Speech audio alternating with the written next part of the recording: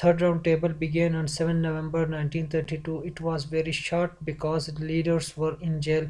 یہ 1932 نومبر کو third round table جو تھی وہ سٹارٹ ہو گئی، لیکن بہت شارٹ تھا کیونکہ جتنے بھی لیڈرز تھے وہ زیادہ تر جیل میں تھے۔ Jinnah was also not present. Allama Iqbal participated in his place. He addressed to the audience in London National League. تو جناح تھا نہیں وہ، اور اس کی جگہ علامہ اقبال نے پارٹیسپیٹ کیا تھا، انہوں نے ایڈریس بھی کیا تھا لنڈن نیشنل لیگ میں، جس میں انہوں نے جو الگ اسٹیٹ کی بات وہاں بھی انہوں نے کی تھی۔ اور اس راؤنڈ ٹیبل کی ایک اور خاص بات یہ اس لیے امپورٹنٹ تھی کہ یہاں ایک ینگ بندہ جس کو چودھری محمد علی کہتے ہیں، چودھری رحمت علی نے اس میں پاکستان کا نام پروپوز کیا تھا، اور اس میں یہ وہی ٹائم تھا جس نے ایک جو پامفلیٹ پھر بعد میں ناؤ اور نیور میں اس نے اس کا ذکر کیا، لیکن یہاں انہوں نے پاکستان کا نام آگے لایا تھا، وہ انہوں نے پروپوز کیا تھا، انہوں نے بتایا تھا۔ تو یہ اسی لحاظ سے بہت زیادہ امپورٹنٹ کے حامل ہے یہ کانفرنس۔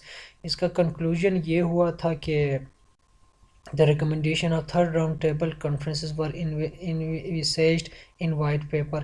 اس میں پھر لاسٹ میں جتنے بھی کانفرنسز تھے فرسٹ راؤنڈ ٹیبل سے لے کے سیکنڈ اور پھر تھرڈ، اس کا پورا ایک سمری وائٹ پیپر کی شکل میں پبلش کیا گیا۔